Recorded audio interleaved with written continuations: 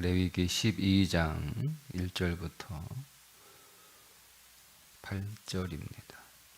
여호와께서 모세에게 말씀하여 이르시되 이스라엘 자손에게 말하여 이르라.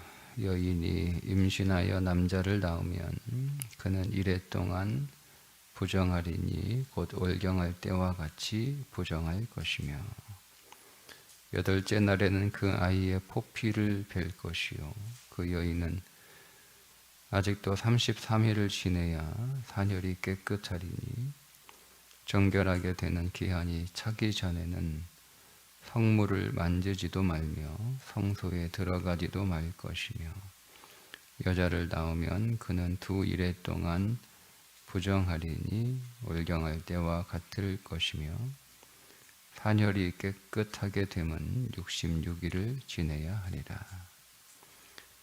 아들이나 딸이나 정결하게 되는 기한이 차면 그 여인은 번제를 위하여 1년 된 어린 양을 가져가고 속죄죄를 위하여 집 비둘기 새끼나 산 비둘기를 회막문 제사장에게로 가져갈 것이요 제사장은 그것을 여호와 앞에 드려서 그 여인을 위하여 속죄할지니 그리하면 산혈이 깨끗하리라.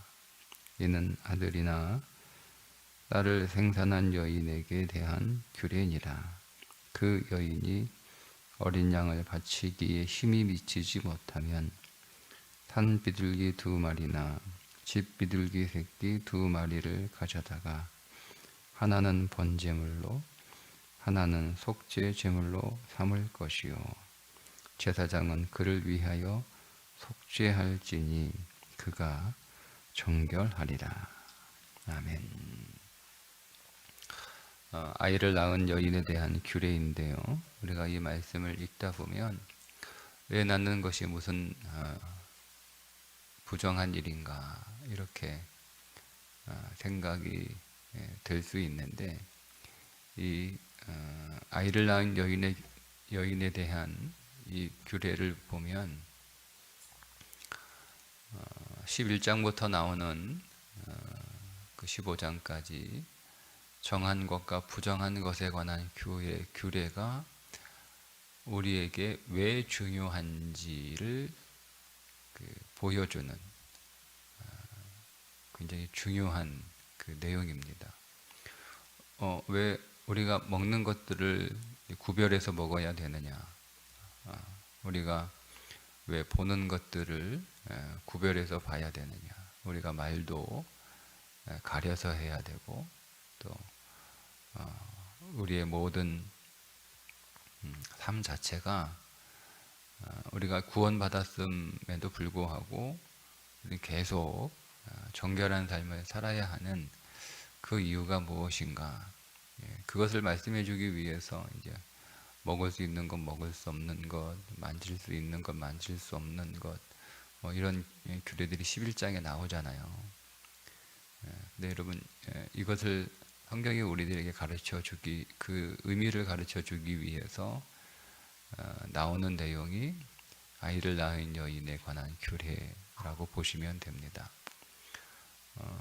왜 아이를 낳은 여인이 부정하냐? 그러니까 아이를 낳았기 때문에 부정한 게 아니라 산혈이 나왔기 때문에 부정하다는 거예요. 그래서 오늘 여러분 말씀 읽어보시면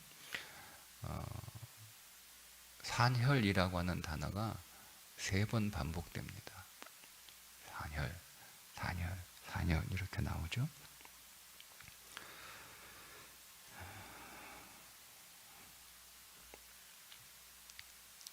(4절에) 그 여인은 아직도 33일을 지내야 산혈이 깨끗하리니 5절에 똑같이 산혈이 깨끗하게 되면 또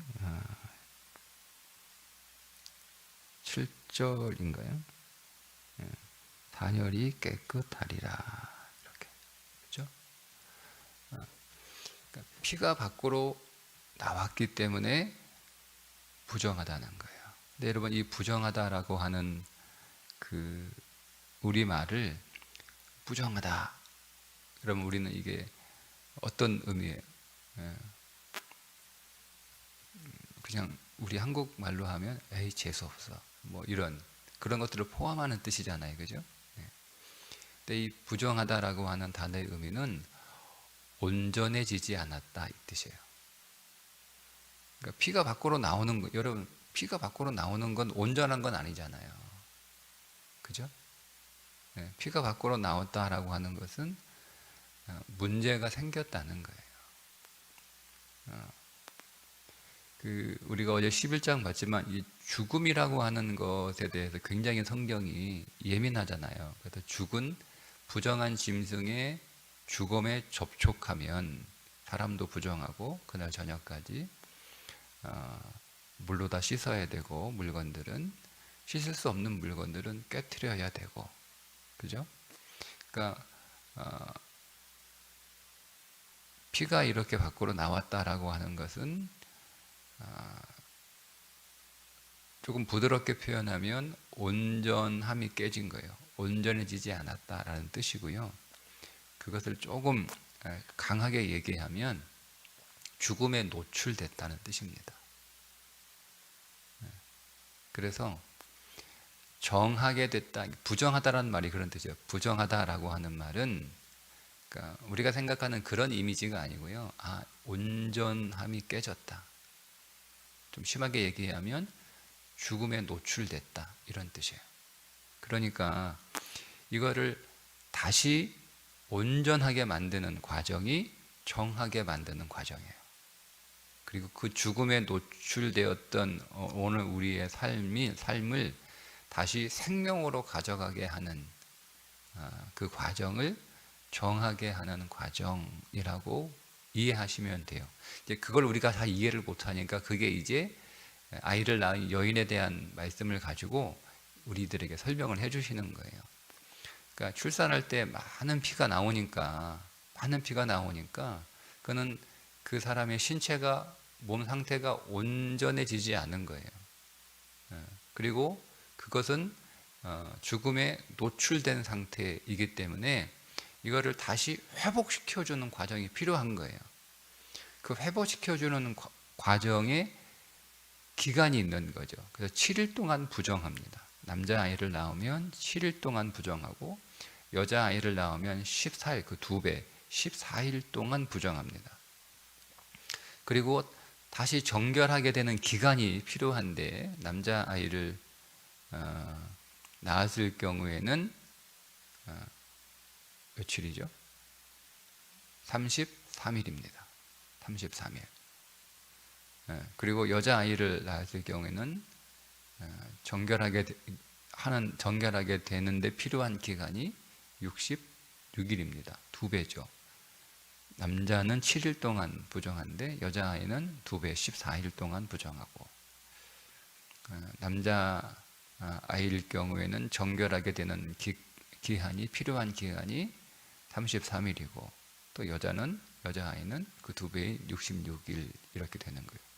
그러니까 똑같이 뭐 남자 여자 뭐 다르지 않을 텐데 왜 그 기간이 다를까, 차별하는 거냐 이렇게 생각할 수 있어요. 근데 여러분 남자 여자를 차별하는 건 아니죠. 왜냐하면 차별했다면 제사를 드리는 짐승이 달라야 되는데 짐승은 똑같습니다.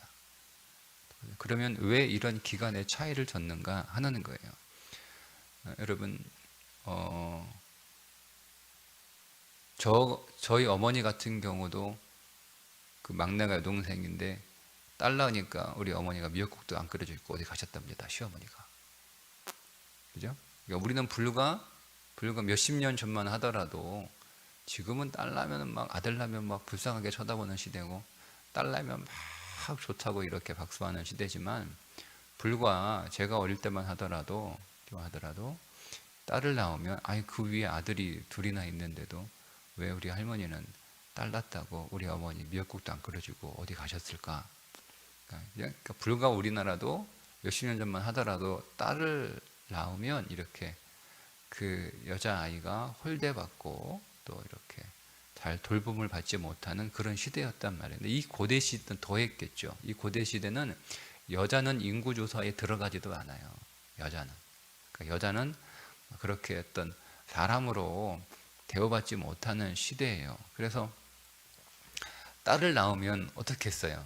누구도 축하해 주지 않고 누구도 환영해 주지 않고 뭐 주변 사는 남편이나 뭐 가족들이나 아니면 정작 본인 어머니 자신도 딸을 낳으면 이 딸을 낳았다는 것 때문에 태어난 아이를 소홀하게 대해서 방치해 두는 경향이 있고, 산모 자신도 딸을 낳았기 때문에 자기 몸을 이렇게 아들을 낳았으니까 33일 동안 정결해, 도합 40일이잖아요. 그죠? 40일.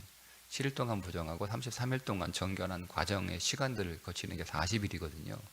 그 40일 동안 딸을 낳았기 때문에 충분한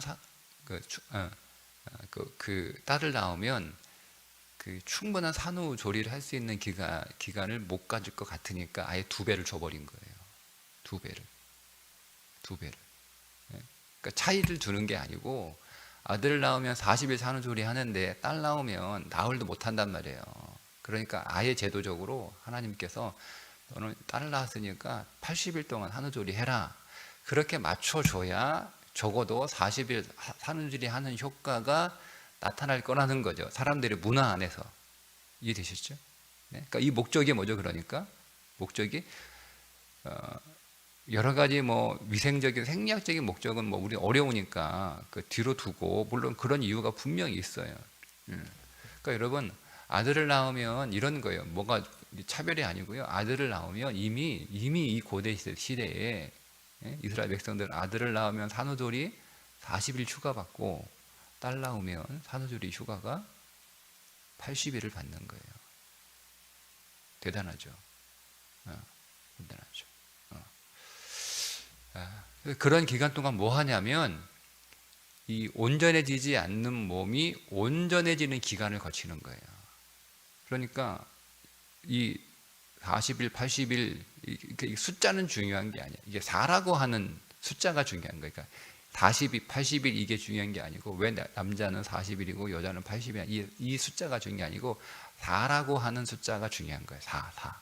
성경에서 4는 온전함과 관련된 숫자예요. 동서남북이라고 하는 사방이라는 뜻이거든요. 4는. 그래서 여러분 보세요. 성경에서 40이라고 하는 40이라고 하는 이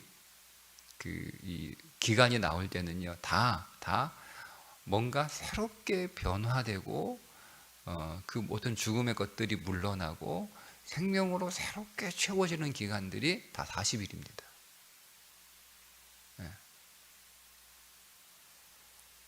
그래서 남자는 40일. 근데 여자아이를 40일 주면 여자아이는 문화적으로 그 40일을 못 채우거나 홀대할 수 있는, 산모도 뭐 아들도 못 낳고 딸 낳은 게 뭐 잘났다고 40일 동안 방구석에 앉아가지고 나오지도 않아, 이렇게 분명히 할 거란 말이에요. 그러니까 80일을 잡아준 거예요. 사람들이 그런 인식과 문화가 있으니까. 그래서 결국 사실은 40일인 거죠. 그래서 그렇게 해서 이 피를 많이 쏟아서 그 몸의 생명이 많이 깨진 거예요. 많이 깨져요. 그래서 그 사람을 부정하다라고 정해 놓은 거예요. 그러면 접근 금지가 접근 금지. 그리고 이 사람도 집 밖으로 못 나와요. 부정하기 때문에. 그러니까 이 사람은 40일 동안 집 안에서 자기 몸을 아무것도 안 하고 계속 밥도 대접받고 다 주는 대로 다 밥을 하는 게 다 해줘야 되는 거야. 40일 동안. 그러니까 이것도 아무것도 안 하면서 이 사람은, 그러니까 사실 40일 동안 이제는 그 많은 피를 쏟아내서 그의 몸의 여러 가지 균형이나 생명이나 이런 상태가 다 깨졌기 때문에 그것들을 다시 충분하게 회복하고 그 생명에 다시 채워지는 기간이 40일인 거예요. 그동안에 아무것도 하지 못하도록 막아놓은 거죠. 그게 부정하다는 의미예요. 문제가 있다, 잘못됐다 이 뜻이 아니고요. 그렇게 해놔야 사람들이 접근을 못하는 거예요. 와가지고, 그죠? 그러면 시어머니가 미워. 일손 무조간데 애 낳았다고, 저거 그냥 며칠 쉬어서 빨리 나와서 일해라. 좀 일손도 부족한데 좀 거들어라. 뭐 이렇게 할 수 있잖아요. 그죠? 남편도 며칠 쉬었으면 됐지, 밥도 하고 빨래도 하고 청소도 하고 해야지, 이렇게 할 수 있잖아요. 그러면 깨어진 생명이 회복할 수 없는 거예요. 우리도 여러분 산후조리 21일 동안 하잖아요. 37일 하라고. 그러니 37이네요. 37. 33일. 7일간 부정하고 어쨌든 우리 그렇게 주잖아요. 그동안 몸 추스려서 회복하라는 거예요. 산후조리 잘하면, 그러니까 그렇다고 하잖아요. 우리가 출산하고 여자가 산후조리를 잘하면 더 건강해지고, 출산하고 산후조리 못하면 평생 손발 시리고 그렇게 고생한다라고 얘기하잖아요. 그게 그 생명이 깨어진 출산 이후에 그 생명이 다시 온전하게 보충해지고 채워지는 일을 하지 못하기 때문에 그 몸의 균형이, 건강이 깨진 거죠. 이거를 확보해 주는 거예요. 그래서 부정하다는 거죠. 그래서 아무도 접근하지 못하도록, 이 사람도 어디 갈 수 없도록 그래야지. 왜냐하면 움직여 버리면 부정해지니까, 다 부정하게 만들어 버리니까, 당신은 40일 동안 그냥 집안에 가만히 있어. 아무것도 하지 말고, 밥도 내가 다 하고, 청소도 내가 다 하고, 빨래도 내가 다 하고, 내가 40일 동안 다 할 테니까 당신은 그냥 가만히 있기만 하면 돼. 이렇게 보장해 주는 거예요. 그게 정과 부정의 의미예요. 그러면 성경에서 먹지 마라, 만지지 마라, 이런 이후에 계속 이런 것도 나오는데, 그러면 왜 우리를 정과 부정, 우리는 왜, 바울이 이렇게 하잖아요. 모든 것이 가하나 모든 것이 유익한 것은 아니다, 이거예요. 그죠? 다 가능해요. 근데 여러분, 그 가능한 모든 것들이 우리를 유익하게 하지는 않습니다. 그 말을 오늘 이 레위기 12장의 말씀의 언어로 우리가 표현하면, 모든 것이 다 가능하지만 모든 것이 다 우리에게 생명은 아닙니다. 그러니까 우리는 더 이상 죄가 아니냐, 이 선악의 문제를 다루는 신앙생활을 하시면 안 돼요. 거길래 머물러 있으면 안 돼요. 우리는 교회 다니면서 이게 돼, 안 돼, 이게 선이야, 이게 악이야, 이거에 자꾸 거기에 머물러 있거든요. 옳고 그름만 자꾸 따져요. 근데 여러분, 그거는 정말 신앙의 초보 수준이에요. 초보 수준. 예. 그냥 계속 걸음만 하고 있는 거죠. 그러니까 성숙하고 성장한 그리스도인은 선악을 따지는 게 아니고 생명을 따져요. 이게 생명이냐, 생명이 아니냐를 따지는 거예요. 이게 또 중요한 거라는 거죠. 그래서 제가 시간이 없어가지고 그날 그 부분은 말씀을 설명을 안 드리고 끝냈는데, 나답과 아비후가 죽은 뒤에 모세가 물어봐요. 재물을 다 먹었냐? 재물을 먹었냐? 재물을 안 먹었거든요. 그 왜 안 먹었냐? 왜 안 먹었냐? 먹어야 되는 거예요, 그날. 그러니까 그 모세가 그걸 어떻게 이해했냐면, 분명히 그 앞에서 하나님께서 아들을, 나답과 아비후가 죽은 그 죽음 그 자체를 슬퍼하거나 그 두 사람을 애도하지 마라, 이렇게 했거든요. 근데 그러니까 그거하고 상관없이 계속 하나님이 정하신 규례대로 해야 되는데, 그래서 먹어야 되는데 안 먹었거든요, 고기를 통막 안에서. 그러니까 이걸 안 먹었다는 이야기는 그 금지 명령을 어긴 거예요. 왜냐하면 두 아들을 잃어버린 것을, 아니면 자기 형제를 잃어버린 것, 죽은 것을, 그 죽음 자체를 애도하고 그 두 사람들을 슬퍼하는 일이 있으니까 이걸 안 먹었다고 모세가 생각을 한 거예요. 그래서 막 뭐라고 하니까 아론이 하는 말이, 두 아들이 그렇게 죽은 것은 내 책임이다 라고 말합니다. 단순히 우리 두 아들이 잘못해서 죽은 것이 아니라, 그건 아들만의 문제가 아니라 그것은 나의 문제이기도 합니다 하는 거죠. 그러니까 그래서 문제가 있었던 두 아들이 하나님께서 정한 불로 분향하지 않아서 죽었다면 나에게도 똑같은 죄가 있을 텐데, 그런 내가 속죄 제물을 먹게 되면 그것은 하나님 앞에 문제가 되는 일이어서 안 먹었다. 그냥 자식 죽은 게 슬퍼서 안 먹은 게 아니고 그런 이유 때문에 안 먹었다 라고 대답하니까 모세가 그 말을 옳게 여겼다 하고 나오는 거예요. 그러니까 선과 악의 규정에 따르면 먹어야 되는 것이고 안 먹으면 잘못된 거예요. 그죠? 근데 아론은 그거를 선악의 문제로 다루는 게 아니고 생명의 문제로 다루잖아요. 그죠? 그런 것처럼 여러분, 우리가 신앙생활 할 때 이제는 더 이상 죄는 다 끝난 거예요. 십자가에서 제가 누누이 말씀드립니다. 십자가에서 우리의 죄 문제는 다 끝난 거예요. 종결된 거예요. 더 이상 선악의 문제 가지고 우리가 인생을 살아가면 안 돼요. 네. 그러면 그 안에는 계속 그 선악의 문제 가지고 살아가는 인생은요, 어둠이 떠나지 않아요. 항상 그 인생 안에는 계속 사망은 없지만 늘 사망의 그림자가 그 인생 안에 늘 깃들어 있어요. 선악의 문제 가지고 살아가는 인생은 그 사망의 그늘을 피할 수가 없습니다.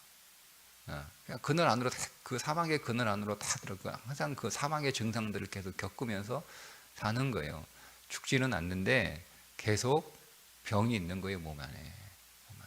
그러니까 죽지는 않은데 계속 병에 걸려 있어요. 죽을 병은 아니에요. 그 왜 그러냐? 계속 해결되고 끝난 선악의 문제 가지고 계속 살아가기 때문에 그래요. 그리스도인은 거기에서 더 나아가서 이제는 생명의 문제예요. 뭐가 생명이냐? 뭐가 생명이냐라는 거죠. 그래서 그 생명을 계속 우리 안으로 계속 선택해서 생명을 계속 자기 안으로 들여 생명이 충만한 삶을 사는 것이 그리스도인의 삶이에요. 그리스도가 왜 오셨습니까? 우리에게 생명을 주시려고 오셨는데 그 생명을 풍성하게 주시려고 오셨다고 하셨잖아요. 예수님께서. 그러니까 우리는 이제는 내가 선악을 해결하기 위해 오게 이렇게 말씀 안 하셨단 말이에요.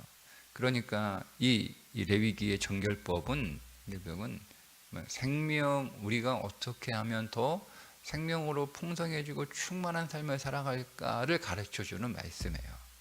그래서 우리가 듣는 것, 보는 것, 말하는 것, 우리가 만지는 것, 접촉하는 그 모든 양식들이 내 안에 들어와서 생명의 양식이 돼야지. 그 안에 들어가 내 어둠의 양식이 되고 슬픔의 양식이 되고 분노의 양식이 되고, 여러분, 그렇게 되면 우리는 계속 어떻게 되는 거예요? 계속 우리의 생명은 계속 깨지고 계속 빠져나가는 거예요.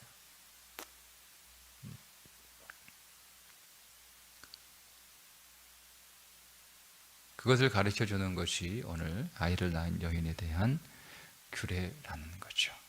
그래서 여러분 제사 순서를 보시면 우린 여기는 속죄죄라고 표현해서 이 여자가 애 낳은 게 이게 무슨 큰 죄냐 이렇게 우리는 이해하기가 쉬운데요. 속죄죄는 정결죄입니다.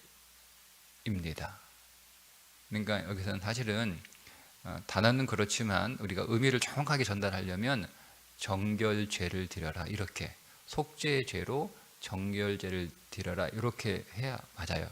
또 더 좋아요. 근데 오늘 본문에 이렇게 속죄죄를 드리고 뭐라고 해야 돼? 정결하게 된다 이렇게 나와요. 마지막 8절에 보면 그를 위하여 속죄할지니 그가 정결하리라 이렇게 나오는 거예요. 그러니까 그 문제가 있어가지고 애 낳는 것이 죄이기 때문에 속죄죄를 드리는 것이 아니라 이제는 그 정결하게 되는 기간을 채웠기 때문에 정결하다라고 선언해 주는 거죠. 근데 여러분 보세요. 근데 반드시 제사를 드려야 되는 거예요. 그러니까 그 생리학적 그 신체적으로 산후조리 40일, 80일 이렇게 보내면 그동안 깨어졌던 몸의 건강 상태가 다시 확 이렇게 회복되고 생명이 차올라는 그런 기간이 되는 거예요. 그러면 그 번제와 속죄를 드리지 않아도 다 회복이 된 거죠. 다 회복이 된 거예요. 내가 40일 충분히 산후조리 했어요. 80일 충분히 산후조리 했어요. 그래서 그동안 내가 출산하느라 깨어진 내 건강이 온전하게 회복이 됐어요. 시간이 채워지면 회복이 되는 거예요. 근데 성경은 시간만 되어지면 회복이 됐으니까 시간만 채우면 된다 이렇게 말씀하지 않죠. 반드시 번제와 속죄제를 드려야 하는 거예요.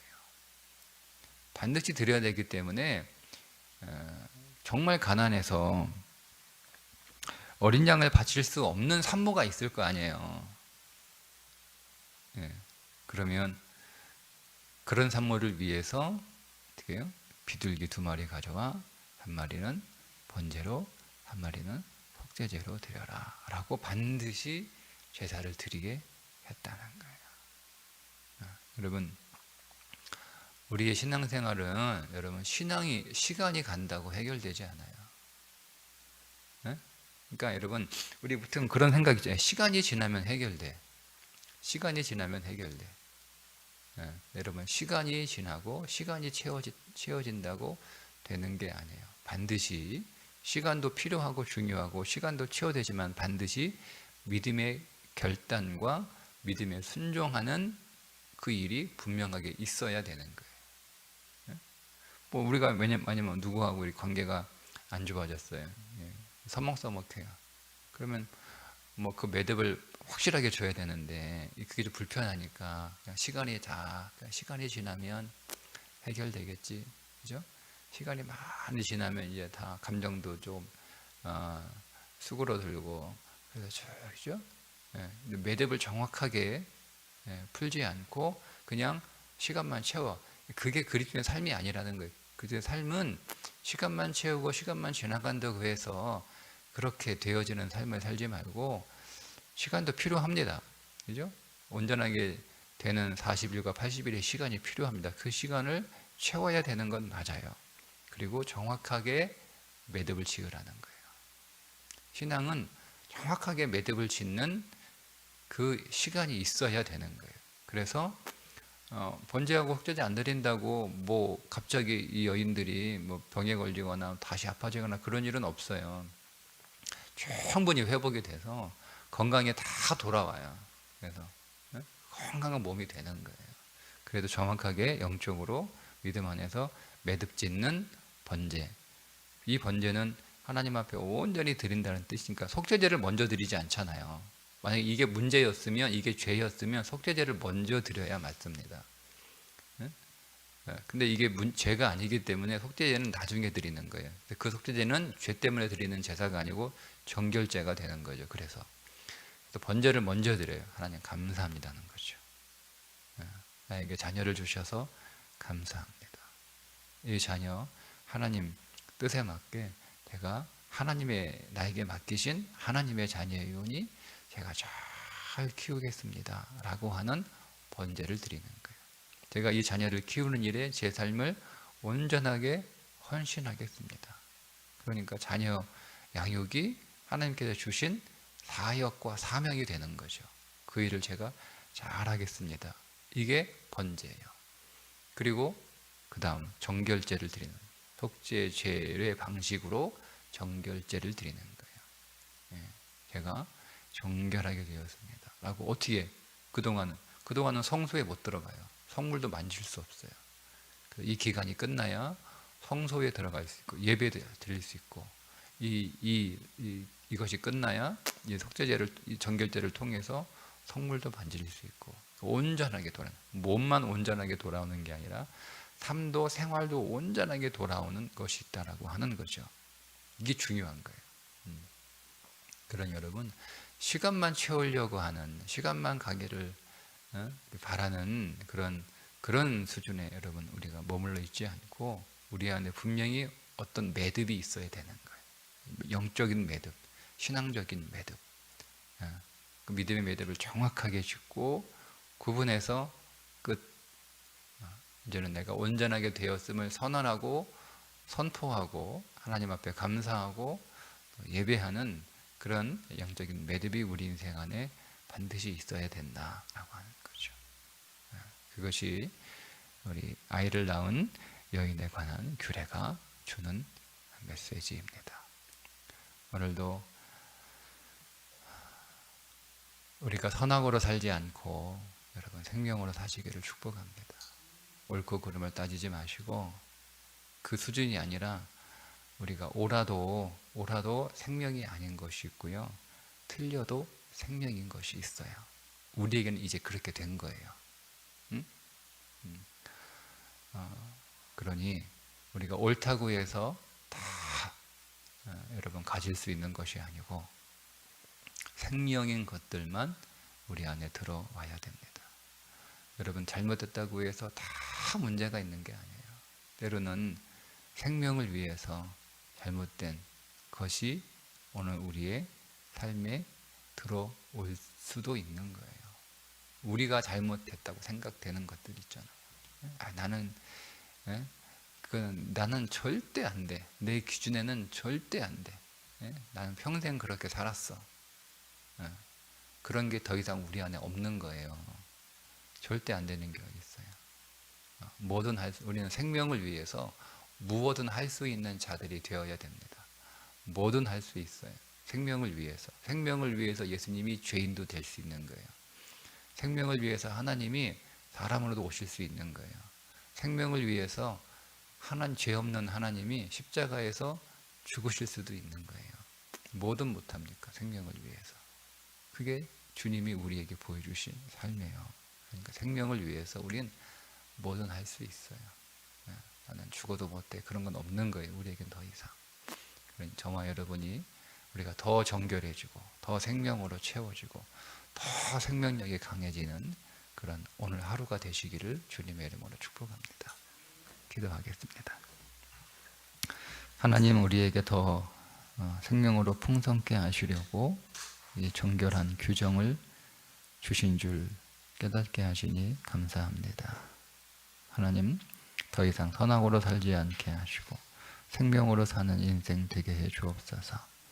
더 이상 오늘도 선악에 빠지지 않게 하시고 오직 생명을 추구하며 생명을 바라보며 생명을 향해 살게 해 주셔서 우리 안에 더 생명이 풍성하여 우리 안에 더 생명력이 강해지게 하시고 그 생명력으로 우리의 온 삶을 다 이기고 승리하는 사람 되게 해 주옵소서. 예수님의 이름으로 기도드리옵나이다. 아멘.